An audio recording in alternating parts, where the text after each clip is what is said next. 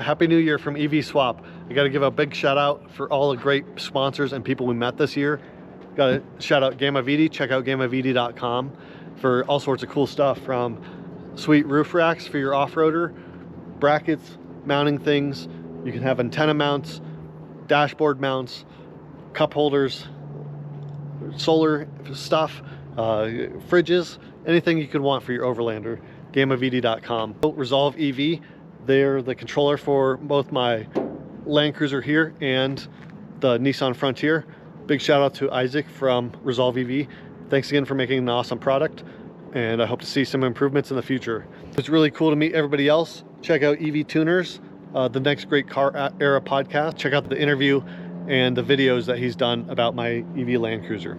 Check out EV Builder's Guy magazine and look for the issue that features my electric Land Cruiser. Big thanks to Terry at Ohm on the Range, Pad Inspire EV, and the guys from E-Muscle Cars. Super great to hang out at Ohm on the Range and work on all the projects together, and look forward to seeing more types of things like that in the future. Big thanks to ProSize Metalworks and Electromod Garage. Big thanks for helping me manufacture all the parts that I needed for all the vehicles this year. And big thanks to Dave for bringing his Frontier for me to convert to EV, and I'm glad that he trusts me with it. Hello and welcome back to EVSwap. I'm Jimmy and I'm a car enthusiast. I love cars of all types, but here at EVSwap, we take cars that are gas and convert them to electric. So Happy New Year, everybody. I hope everybody had a good holiday season. I wanted to do a video today with a Q&A, and also we'll look back on 2023, all the things we did with the EV Land Cruiser. And we'll talk about a little bit about what we're going to do for 2024. So first of all, thanks for all the great comments. A lot of people are getting in the comment section and leaving great comments and really good questions. So that's really cool to see, and I love to answer them. So I try to answer every single comment in text, and then I'll also be answering some of them today in Q&A. Let's talk a little bit about what we did in 2023 and what we're doing in 2024. So this year was totally jam-packed with stuff we did in the Land Cruiser. So we did ice racing. I still haven't put up my video. I kind of lost a little bit of the footage, but we went ice racing in Georgetown, Colorado, and maybe I'll put a little bit of the footage here. But we raced around the lake. It was frozen, and the Land Cruiser did horribly. I did last, completely last. It was double elimination, and I was last. But it was a lot of fun, and just was a fun time getting the truck out there and driving it around.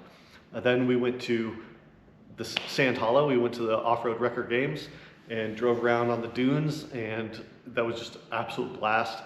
I love seeing that. I love seeing Matt and the wreckers, and if you watch Matt's Off-Road Recovery, you know, like the whole deal, but it was just great to be a part of that and drive the electric Land Cruiser out there in the real desert terrain, where it just did awesome. It just did flawlessly. So that was great. Then shortly after that, we did Cruise Moab, and that was super fun. We got to do Hell's Revenge, the trail Hell's Revenge, and we also did Hell's Gate, the technical optional challenge. So we did that like no problem. It went up there easy peasy. And we also got to do fins and things, which is a really fun trail. And I also did 7 Mile Rim trail, which is it was really fun too and really scenic. So that was a super fun time out in Moab this year. We also got to go to Colo Yoda Expo, which is the local expo that our four-wheel drive club is putting on here in Colorado. And we got to show off the electric Land Cruiser, swap some parts, buy some parts, sell some parts, and just check out, like, there's hundreds and hundreds of Toyotas there. It was so cool. So I took it to Cars and Coffee Lafayette, which is where they have the Drive Electric Colorado meetup. So I got to park alongside a Rivian and some Teslas there, and I was on the EV conversion, of course. And so that was super cool to show it off. We did the Rising Sun Snow Run, which was an annual run where the Rising Sun Four-Wheel Drive Club goes up in the winter and drives in the snow. And I got to participate in that, and the electric Land Cruiser did awesome on that. We also did Kingston Peak. We drove up over 12,000 feet. That was so much fun. If you haven't seen that video, check it out. And it's on my channel here, and it was just a blast. We got to take the truck up below 20% battery, but luckily we were up at 12,500 feet, so it was completely downhill all the way back. So it didn't matter how low we got the battery as long as we were going up. and then we could just turn around and come home. So that was super fun. So it was just a jam-packed year this year. Of course, we also got the shop space, EVSwap headquarters, and we got the Land Cruiser project started, the 69 Land Cruiser. And then also we got to do the Ohm on the Range event, State of Charge, which is just by far the pinnacle of the EV conversion meetups or groups or anything really. It's the one to go to. So Ohm on the Range, Terry, he's just a great thing he's got going on, and the State of Charge event is super fun. I've been there now 2 years in a row, and this year was just leaps and bounds better than last year. I was really blown away at how quickly the event has grown, and all the who's who of the EV conversion community seemed to be there. It was really cool to meet all of the legends who are doing this same type of thing all around the country. So that was awesome. We got to go on the EV Tuners podcast, so if you haven't listened to that, check it out at thenextgreatcarera.com and download the podcast with me and my Land Cruiser. Now in 2024, I probably do some stuff with the electric Land Cruiser, but right now I'm going to be focusing on this customer build. I'm hoping to get this finished out, maybe not finished completely, but drivable in January. So that's the goal for this truck. We just need to get the battery in it basically and put the interior back together as long as there's no problems. So that's the plan with this vehicle. And then as soon as this vehicle is out of the shop, I'm going to get hopefully another customer vehicle. I've been talking to a few different people. If you're out there and you're interested in having me convert your vehicle to EV, you can find my email on my page here on EVSwap on YouTube, or you can just send me a message or a comment and we can get in touch. But I'm open for my next customer. I have a few options, but nothing is set in stone right now. So if you're a potential customer out there and you want your car converted, let me know. So that's going to be the plan, is to get another vehicle in here and do another conversion on, whether it's a budget Nissan Leaf or a more expensive Tesla build. I'm not exactly sure. That's up to the customer. So that's the plans going into 2024. And of course, we're going to go to State of Charge again.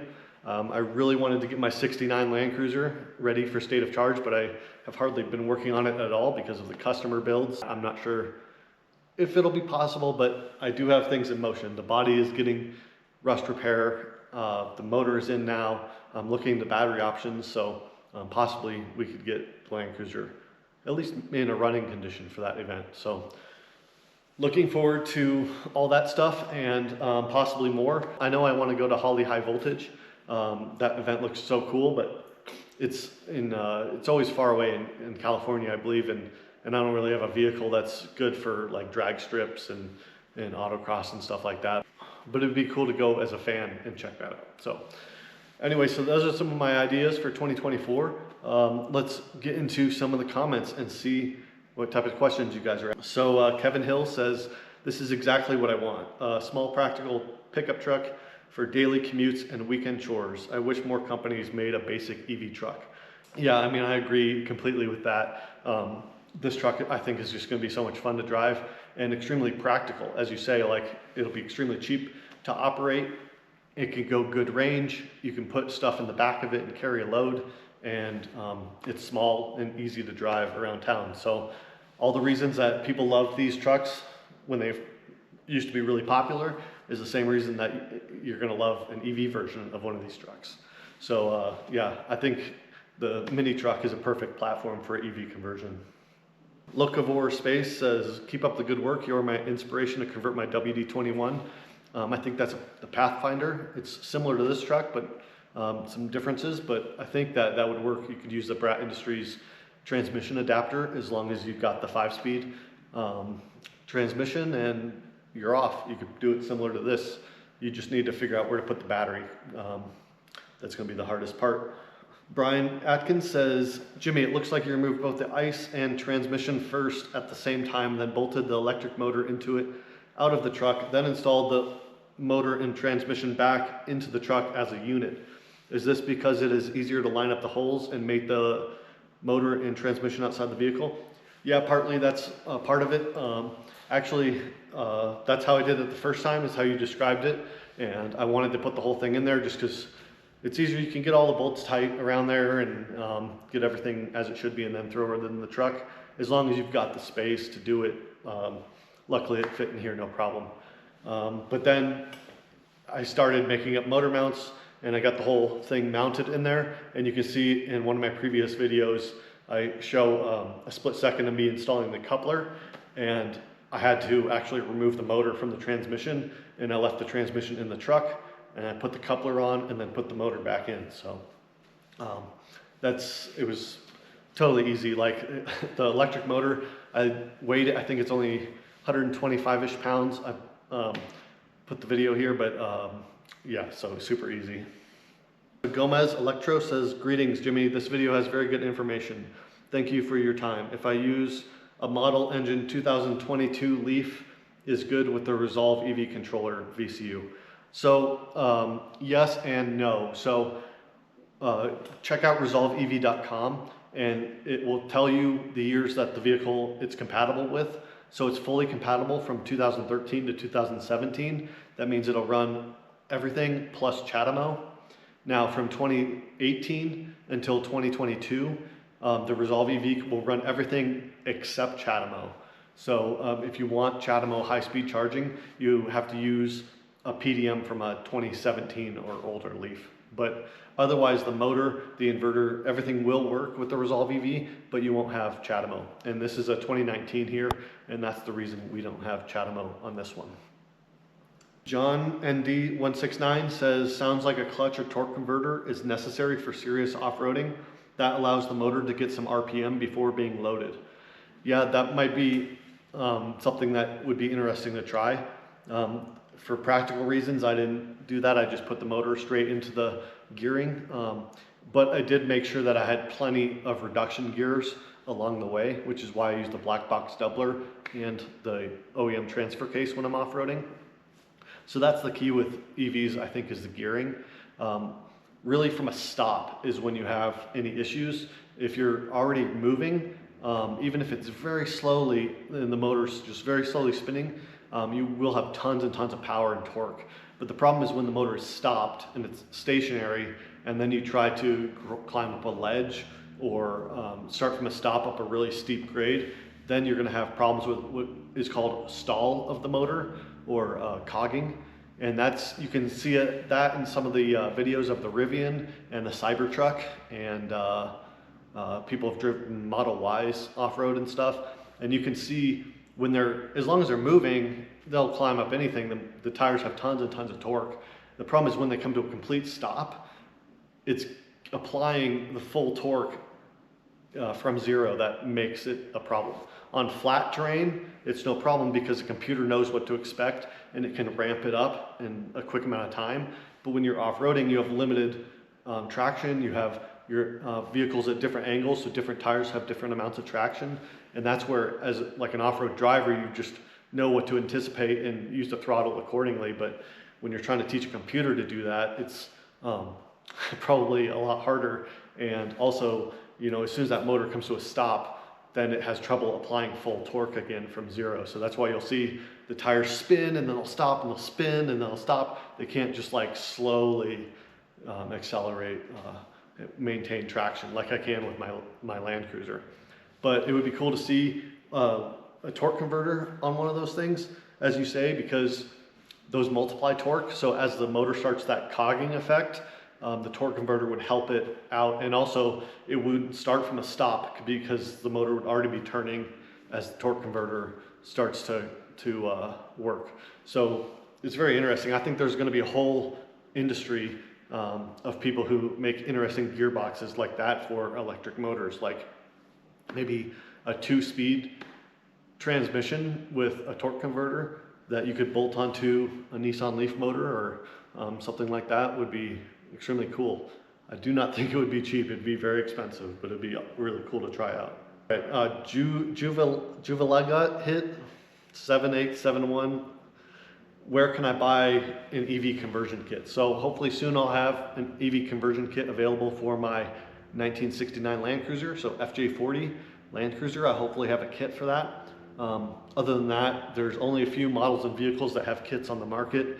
So unless you have one of those vehicles, it's kind of hard to do anything. So Sector 7 East 307 says, What are you doing for power steering? On my 96 Nissan D21 swap, I'm using an EVS column from a Nissan Cube. The steering wheel splines work perfect. I'm looping the power steering lines and I'm mounting the EVS on the dash frame. Super cool. So this truck actually does not have power steering, so that's just a benefit. It's got a manual steering rack. It doesn't need it. It's lightweight, so we're not going to do it. On my Land Cruiser, I used a Volvo hydraulic power steering pump, which worked good for that truck. With your D21, if it's a four-wheel drive, you might have trouble. You might need a hydraulic system somehow, because with the EVS, you're basically multiplying what you're putting in with your hands, and then that goes into the shaft, into the rack.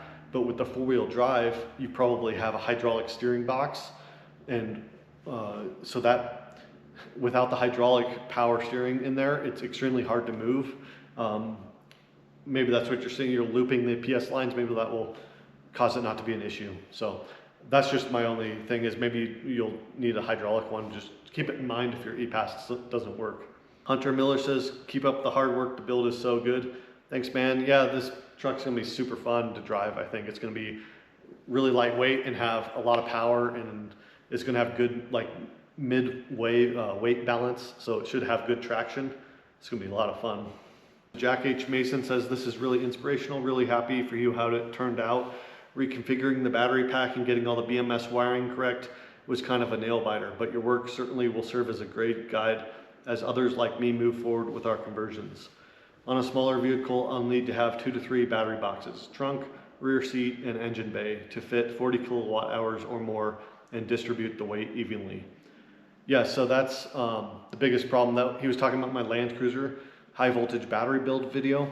And yeah, that was definitely, like with any EV conversion, building the battery is the hardest part. It's also the most dangerous part, and you have the most that can go wrong, and you have the biggest consequences.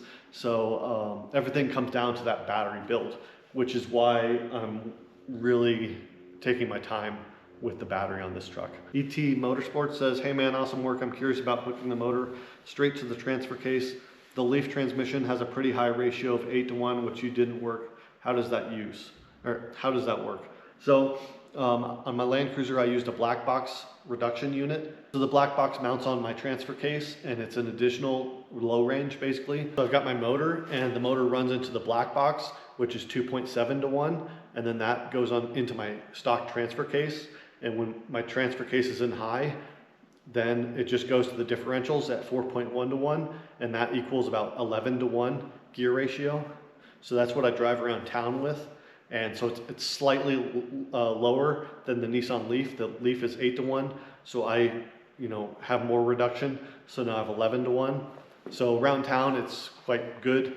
It has good acceleration, and it's you can keep up with traffic and even beat some traffic. It's plenty quick for what that motor actually is it works quite well. So and then when I go off road, I move my stock transfer case from high to low, and that adds an additional 2.4 reduction, which gets me close to 30-to-1 reduction. And that's what I use for off-roading. So that I have tons of torque, really low gearing, so I can creep really slowly with tons of control. And also my top speed drops, and my top speed is only about 35 miles per hour in low range. In high range, my top speed is about 70 to 75. Average Overlander says, have you worked out the vibration issue yet? Yes, I have. I had ProSize Metalworks fabricate me a huge drive shaft adapter, or drive adapter between my motor and my black box, and it's actually perfect now. There's zero vibrations anywhere, and it's just smooth, consistent power, and no problem. So I can go, like I said, 75 miles per hour on the highway, or cruise around town, or put it in low range and romp around in the sand dunes, and there's no vibrations at all. So that ended up being perfect. Big shout out to ProSize Metalworks. Kyle Connor says, congrats, hope to get you on our Out of Spec channel for collab soon. I would absolutely love that. The Out of Spec reviews channels are super fun.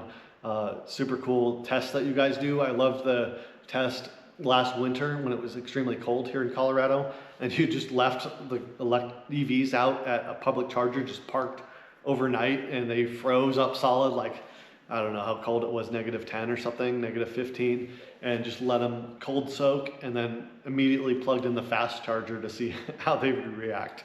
So that was really cool. I love seeing the videos like that. So yeah, I'd love to go, maybe we should go off-roading with Cybertruck, Hummer, Rivian, and my electric Land Cruiser.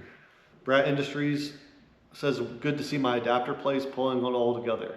Hopefully the full stack fits. Yep, the full stack fits and the adapter plates worked perfectly. I haven't spun anything up yet, but so far everything just fit together, lined up true. Everything, yeah, looked spot on. So I'm really excited to spin it up and see how it goes. Joanne Underhill says, what are the easiest cars to convert to EVs? What kind of budget do you need for a conversion? Do you convert cars for other people? Do you sell converted EVs to the public? So the older the vehicle gets, the easier it's going to be to convert because there's less computers, less overall wiring and complicated systems. So that's going to help out. But at the same time, older cars, you're going to have more problems like, you know, it's going to have suspension problems, maybe your brakes or chassis issues. So you're going to have other things to deal with. So a newer car is going to be in better condition. What you want to do is figure out the mechanics of the car. So how does it work? Is it front wheel drive, rear wheel drive, four wheel drive, and your EV powertrain? Is it front wheel drive, rear wheel drive? Can you make it, convert it this way? Basically the difference is hot dog versus hamburger, and how the motor sits. So that's the biggest difference. And those are the types of challenges you're going to run into. Also, the battery, I keep coming back to it, is the hardest part. So if you have a large vehicle, it's easier to fit the battery in because you have more space to put it. If you're pulling out a huge engine, then you've got a lot of space to fit a battery in there. So maybe a larger car is better than a smaller car. So that about does it for the Q&A and everything else. So thanks again for watching. Happy New Year. We're going to be here back at it in 2024 and hopefully doing even more cool, amazing stuff with EV conversions. So thanks again for watching. If you liked it, please hit subscribe if you're not already, and let your friends know if you think they'd be interested. That's the best way to grow the channel. Thanks again.